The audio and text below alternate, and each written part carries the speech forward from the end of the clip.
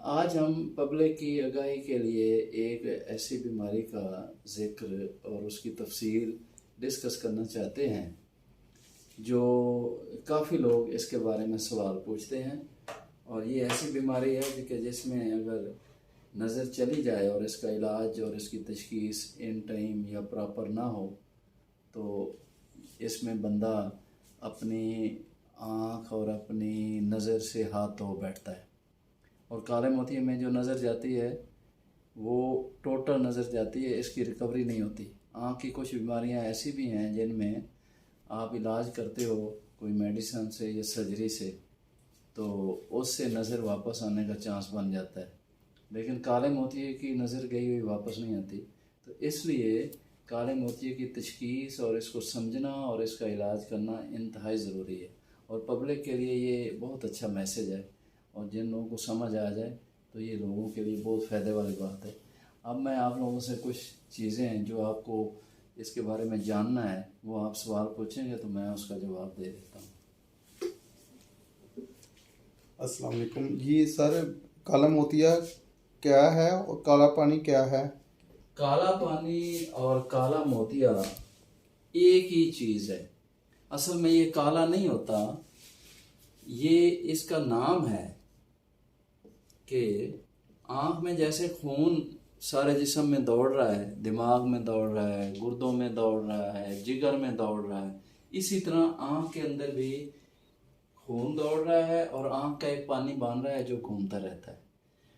अगर ये पानी की मिकदार पैदा होने से या जब ये पैदा हो गया है और ये अपने मकाम पे पूरी अच्छी तरह फ्रीली नहीं जाता, आराम से नहीं जाता, तो आँख के जो पर्दे हैं, जो आँख के 3-4 पर्दे हैं और आँख के सेल हैं, उन पे इसका दबाव पड़ता है। मैकेनिकल दबाव भी पड़ सकता है और इसके ज़्यादा होने का दबाव भी पड़ सकता है।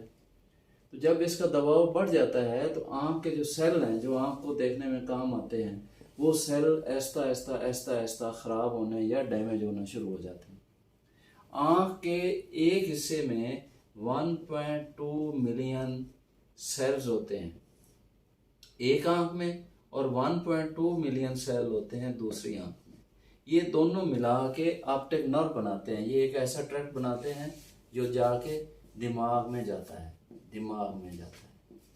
तो आप खुद सोचें कि अगर ये मिलियन 1.2 मिलियन 1.2 मिलियन सेल अगर ये काला मोतिया इनको ऐसा ऐसा ख़राब करता रहे तो इनकी तादाद कम होती जाती है और तादाद जब कम हो जाती है तो ये जो नस ब्रेन को जा रही है ये ऐसा ऐसा इसके सेल कम होने से कमज़ोर होती जाती है, होती जाती। तो जितने ये सेल कम हो गए, ये देखें ये सेल कम हो गए तो ये वापस नहीं आते हैं। तो एवरेज इंसान में अगर ये सेल हैं ये कम होते रहे और लेकिन जो इसकी अहम बात है, अगर ये कुछ हज़ार कम हो जाएं तो इंसान को पता ही नहीं होता। तो इसीलिए इसको कहते हैं कि ये आँख की बिनाई का खामोश दुश्मन है जिसका पता नहीं चलता और ऐसा ऐसा नज़र को खाता रहता है। तो अगर ये जो पानी है ये ज़्यादा बन रहा है और अपने रास्ते पे आराम से नहीं जा रहा है तो ये आँख पे दबाव डालेगा और उस दबाव की वजह से ये सेल ख़राब होना शुरू हो जाएंगे। जब ये ख़राब होना शुरू हो जाएंगे तो ये पक्के पक्के ख़राब हो जाते हैं, ये वापस नहीं आते, तो नज़र कमज़ोर होना शुरू हो जाती है। अब ये पानी ये अगर 15 मिलीमीटर ऑफ मरकरी आँख पे प्रेशर एक्सर्ट कर रहा है तो इस बंदे के लिए हो सकता है 15 मिलीमीटर ऑफ मरकरी सेफ हो। एक दूसरा बंदा है उसमें 10 मिलीमीटर या 12 मिलीमीटर ऑफ मरकरी पानी है, हो सकता है ये 15 उसको नुकसान नहीं कर रहा और इस दूसरे बंदे को ये 12 ही नुकसान कर रहा हो। एक तीसरा बंदा है उसका 18 है मिलीमीटर ऑफ मरकरी और उसको नुकसान नहीं कर रहा।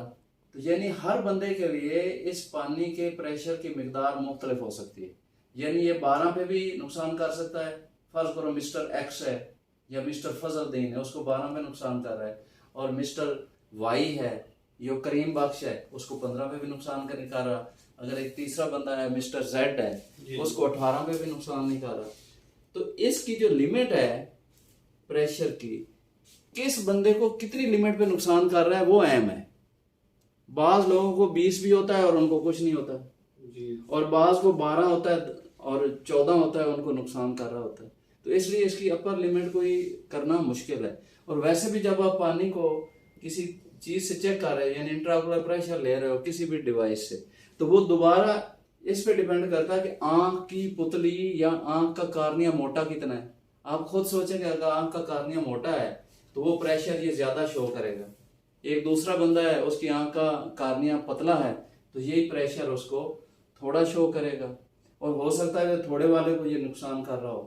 तो इसलिए काला पानी या काला मोतिया कोई ऐसी चीज नहीं है कि कोई बिल्कुल कोई काली चीज हो गई है। ये आंख का पानी है जो आंख के पर्दे को या इन सेल को नुकसान कर रहा है। ठीक है, तो ये है इसका काले मोतिये की डेफिनेशन। और ये इस तरह कितने किस्म का ये कई किस्म का होता है और आप हैरान होंगे कि कुछ किस्में ऐसी हैं कि पता ही नहीं है।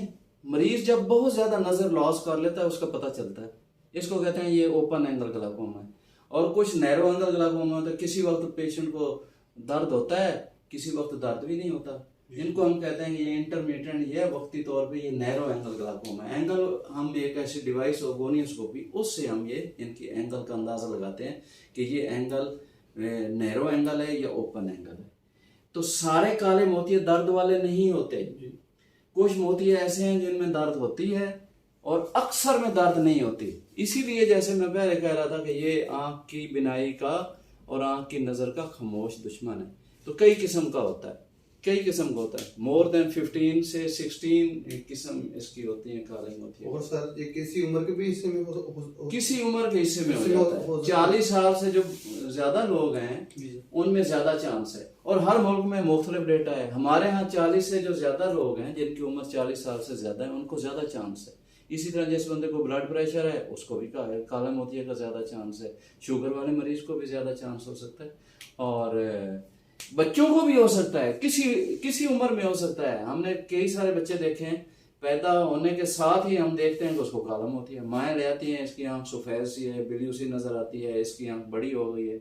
इसको हम पुफ्तलमास भी कहते हैं, जैसे बैल की आंख होती है, आंख बड़ी हो रही है। तो इसलिए जब बच्चा पैदा होता है उसके लिए हमारी जो नसीहत ये है कि उसकी आंख को देखना चाहिए वो कैसी है, वो चमकीली है, बड़ी तो नहीं है, छोटी तो नहीं है और धुंधली तो नहीं है, उसमें शाइन कैसी है। यानी इन ब्रीफ औरत हो मर्द हो बच्चा हो किसी उम्र में भी ये हो सकता है। लेकिन जो ओपन एंगल है जो मैं कह रहा हूँ जो ज्यादा खामोश दुश्मन है तो वो अमूमन 40 साल के बाद होता है, और शुगर और ब्लड प्रेशर वाले मरीज को ज्यादा होता है।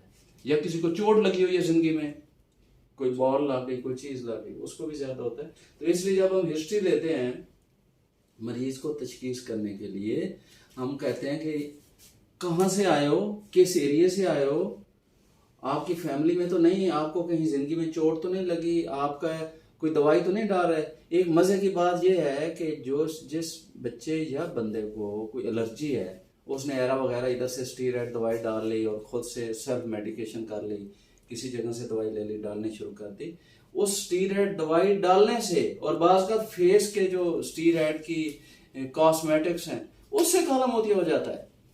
ये बड़ा अलार्मिंग है, ये पब्लिक को इसका मैसेज देना बहुत जरूरी है कि फेस पे कोई स्टीरॉयड क्रीम लगाई, आंखों पे लगाई, लिड पे लगाई, आंखों में कतरे डाल लिए स्टीरॉयड के जिनकी जरूरत नहीं थी। ठीक है, खास जरूरत में तो जहर देना होता है, तो वो कुछ अर्सा डाली और उसको काला मोतिया हो गया।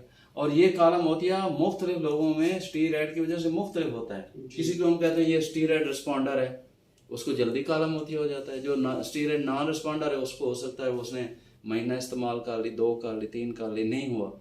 लेकिन मैसेज ये है कि अगर स्टीरॉयड की जरूरत नहीं है तो नहीं डालनी, अगर ज़रूरत है तो किसी अच्छे डॉक्टर से मशवरे के साथ आई स्पेशलिस्ट से पूछ के दवाई डालनी, वैसे नहीं डालनी है।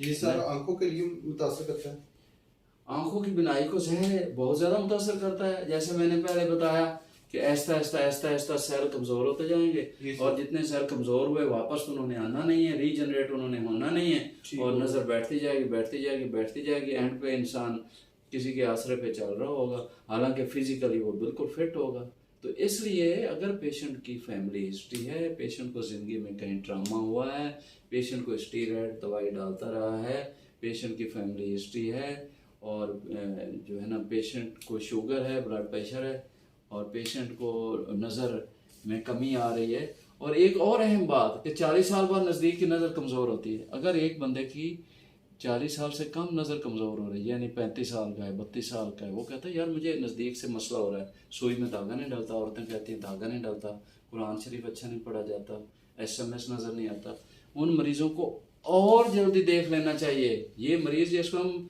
अर्ली प्रेस्बियोपिक कहते हैं कि ये एज से पहले नज़दीक की नज़र खो बैठते हैं, तो इनका काला मोतिया देखना बहुत ज़रूरी है। और कोई सवाल? और सर औरतों मर्दों दोनों में हो जाता है, और बच्चों को भी मुतासर कर सकते हैं? बच्चों को भी, हर एज में, जैसे मैंने बताया। जो औरतें हैं ना 40 साल की और उनको प्लस का नंबर लगता है, ठीक है, हाइपरमेट्रोप हैं, जिनको प्लस की ऐनक लगती है, 40 साल उनकी उम्र है, औरतें हैं, उनमें नैरो एंगल के ज्यादा चांस है। अक्सर पता नहीं होता। औरतें कहती हैं घर में हमने लाइट ऑफ की हुई थी रूम की, और ऑफ लाइट में हम टीवी देख रहे थे, यकदम दर्द शुरू हुई। तो इन औरतों को काला मोतिया की वो जो किस्म है, जो नैरो एंगल है, जो हम गोनियोस्कोपी से देखते हैं, वो उनमें हो सकता है।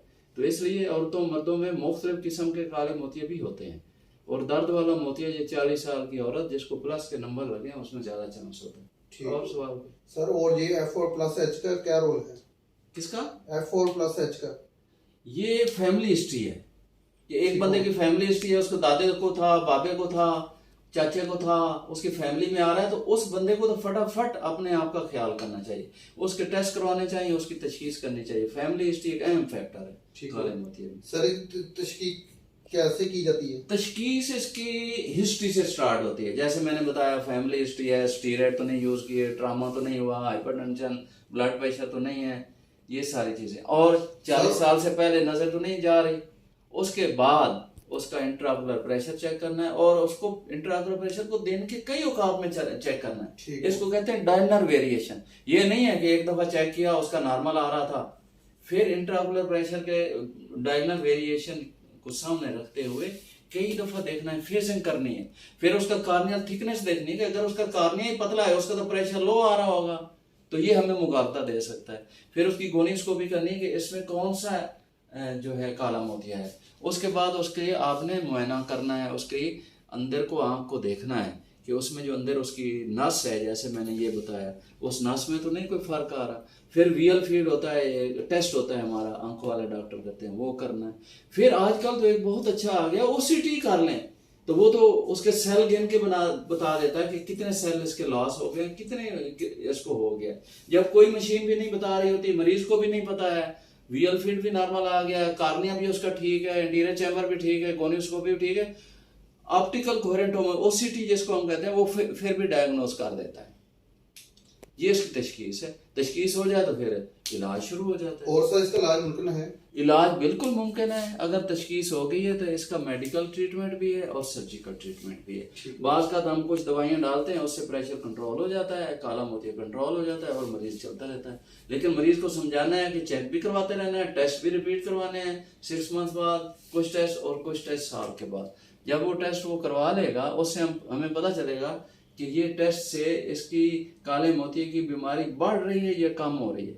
अगर बढ़ रही है तो हम 1 दवाई, 2 दवाई, 3 दवाई, 4 दवाइयां हम स्टार्ट कर देते हैं। अगर एक दवाई से कंट्रोल नहीं हो, दूसरी स्टार्ट कर दी, दूसरी से नहीं है, तीसरी इकट्ठी डाल दी, और कॉम्बिनेशन दवाइयों का आ गया वो डाल दी। अगर उससे उसका वीएल फील्ड प्रिजर्व है, उसकी नजर प्रिजर्व है, उसकी ऑप्टिक डिस्क और उसके सारा सिस्टम प्रिजर्व है और नॉर्मल है, तो हमें कोई टेंशन नहीं। अगर वो डाउन जा रहा है तो हमें या दवाई ऐड करनी पड़ेगी, या हमें फार्मूला दवाई का चेंज करना पड़ेगा, तो या हमें उसका नेक्स्ट ट्रीटमेंट की तरफ जाना पड़ेगा। यानी नेक्स्ट ट्रीटमेंट है सर्जिकल ट्रीटमेंट। जी सर, ये दवाई से इलाज मुमकिन है या सर्जरी से? बाज का दवाई से ही मुमकिन रहता है, लेकिन दवाई सारी जिंदगी डालनी होती है। ठीक। मरीज को बताना है कि आपने रोटी जैसे खाते हो सारी जिंदगी, बाकी रूटीन के काम करते हो, बल्कि ये उन्हें कहना चाहिए कि जैसे आप नमाज पढ़ते हो, नमाज नहीं छोड़ सकते मुसलमान हो, इसी तरह दवाई भी आपने डालते रहना है, इसका नागा नहीं करना और साथ साथ डॉक्टर को दिखाते रहना। सर्जरी इसकी, अगर सर्जरी के 2-3 इंडिकेशंस है। अगर मरीज कहता है दवाई बहुत महंगी है और मैं नहीं बार बार खरीद सकता, मेरी अप्रोच नहीं है खरीदने की, मेरी कैपेसिटी नहीं है, तो फिर आप सर्जरी की तरफ मूव कर जाएं। या आप दवाइयां डालते हैं और दवाइयों का असर नहीं हो रहा, फिर आप सर्जरी की तरफ। या मरीज कहता है यार मैं बहुत रेशन है, दिन में कई किस्म की दवाइयां, मैंने बाहर जाना होता है, इधर जाना उधर जाना, मैं नहीं उठा सकता, तो उसकी भी सर्जरी है। यानी अगर मरीज अफोर्ड नहीं करता पैसे के हिसाब से, फिनेंशियल कंडीशन के हिसाब से, या वो दवाई कैरी नहीं कर सकता और हर वक्त नहीं डाल सकता, उससे इतनी बॉदरेशन नहीं होती, या दवाई का असर नहीं है, या दवाई के बावजूद आपने टेस्ट कराया और बीमारी बढ़ रही है, तो फिर उसको सर्जरी की तरफ चले जाना चाहिए। जी सर, एक और सवाल, जो नजर चली जाती है क्या उसके वापसी के मुमकिन चांस होते हैं? बिल्कुल नहीं। काले मोतिये से जो नजर अफेक्ट हो गई वो वापस नहीं आती। बच्चों में ये कंट्रोवर्सल है कि बाद लोग कहते हैं कि बच्चों में थोड़ा सा, लेकिन वो बच्चों का यही होता है कि कार्नियल एडीमा होता है, प्रेशर रेज होने से तो एडीमा खत्म हो जाता है। लेकिन पब्लिक के लिए मैसेज ये है कि काले मोतिये से जो नजर जाती है वो वापस नहीं आती है। और कुछ सवाल? और सर लेजर का क्या रोल है? लेजर, कुछ मोतिये ऐसे हैं काले मोतिये तो जिसमें उसके लेजर का रोल बता दें। जैसे ये औरतों में मैंने बताया कि नैरो एंगल है, नैरो एंगल ग्लाकोमा, हम गोनियोस्कोपी करते हैं, नैरो एंगल ग्लाकोमा है, और उसको हम लेज़र लगा दें, एक ही 10-15 मिनट का समय लें काम है, उससे वो बाज का ठीक हो जाता है और आपको सर्जरी भी नहीं करनी पड़ती और दवाई भी नहीं डालनी पड़ती। एक आधा ऑप्शन है, या ट्रेबेकुलोप्लास्टी जिसको हम कहते हैं। लेकिन मसला ये है कि अगर आपने डायग्नोज कर लिया तो उसके बाद लेज़र है, मेडिकल ट्रीटमेंट है, कम्बिनेशन ऑफ मेडिकल ट्रीटमेंट है, सर्जिकल ट्रीटमेंट है, बाज का सर्जरी प्लस मेडिकल ट्रीटमेंट है। ट्रीटमेंट होना ज़रूरी है और ट्रीटमेंट से पहले तशखीस होना बहुत ज़रूरी है। और मैं समझता हूँ तशखीस से पहले पेशेंट को अवेयरनेस बहुत ज़रूरी है। हमें मीडिया में और लोगों को और पब्लिक को मेडिकली एजुकेट करना है कि काला मोतिया क्या है। ठीक है, और कुछ सवाल? जी सर, आज के लिए इतने काफी। मैं बहुत शुक्रगुजार हूँ और आप लोगों ने इतनी अच्छी इंटरेस्ट ली है इस सारे हिस्से में, और आप जैसे लोग हों तो ये काले मोतिये का तो पैगाम और इसकी तशखीस और इसका इलाज पूरी दुनिया में बड़े अच्छे तरीके से फैल सकता है। Thank you so much.